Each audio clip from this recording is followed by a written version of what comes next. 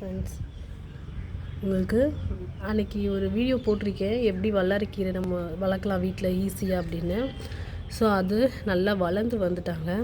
வளர்ந்து வந்த அப்புறம் நம்மளுக்கு இன்னொரு வல்லாரைக்கீரை வேணும் அப்படின்னா, இங்கே பாருங்கள், இதை ஒட்டியே ஒரு க்ரோ பேக் வச்சுக்கோங்க. தொட்டி க்ரோ பேக் எதுனாலும் ஓகே.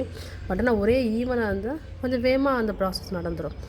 இங்கே பாருங்கள், இதை மாதிரி அதோட செடி வரும், நல்லா நீளமாக வெளியே வரும். இது வந்து பார்த்திங்களா, இது மாதிரி வரும். அதை எடுத்து நம்ம அந்த பக்கமாக இப்போ இந்த பக்கம் வர்றதை எடுத்து நான் இதில் போட்டிருக்கேன். இங்கே பாருங்கள், 2 இது போட்டுட்ருக்கேன். இது ஒன்று, இந்த இங்கேருந்து வருது பார்த்திங்களா, இங்கேருந்து வருதுல்ல, இதே இந்த பேக்கில் போட்டிருக்கேன். அனதர் ஒன் இங்கேருந்து போட்டிருக்கேன். நல்லா வளர்ந்து வந்துட்டுருக்காங்க பார்த்தீங்களா. ஸோ இது போட்டு 1 வீக் ஆச்சு எனக்கு. இது நான் இப்போ தான் போட்டேன், கொஞ்ச நேரத்துக்கு முன்னாடி தான்.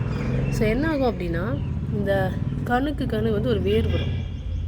இந்த கணுக்கு வேர் வரும். நம்ம இப்படி போடுற என்ன ஆகும்னா, அந்த வேர் வந்து நல்லா கீழே நம்மளுக்கு ஒரு புது செடியாகவே வந்துடும்.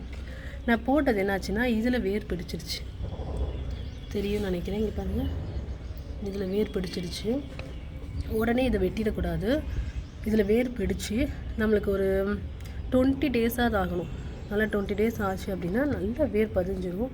ஸோ அப்போ என்ன பண்ணலான்னா, இந்த இடத்த இதை வெட்டிட்டு நீங்கள் இதை தள்ளி வச்சுக்கலாம். பட் ஆனால் வல்லாரைக்கீரையை பொறுத்த வரைக்கும் நீங்கள் ஷேடோவில் வச்சு வளர்க்குறது பெஸ்ட்டு. ஏன்னா இவங்க வெயில் தாங்க மாட்டாங்க, ரொம்பவும் தண்ணியும் ஊற்றக்கூடாது. ஸோ ஷேடோவில் வச்சு வளர்த்துக்கோங்க. இது ஏன் இப்படி எல்லோ கலரில் இருக்குது அப்படின்னா, இங்கே நல்ல மழை இப்போ தான் நின்றுருக்கு, கொஞ்சம் நேரத்துக்கு முன்னாடி தான். ஸோ அதனால தான். ஒன்றும் இல்லை, வல்லாரைக்கீரை சில நேரத்தில் இப்படி இருக்கும், சில நேரத்தில் க்ரீனாகவும் இருக்கும். ஒன்றும் இல்லை, லைட்டாக மண்புழு உரம் போட்டுக்கலாம், சரியாயிடும்.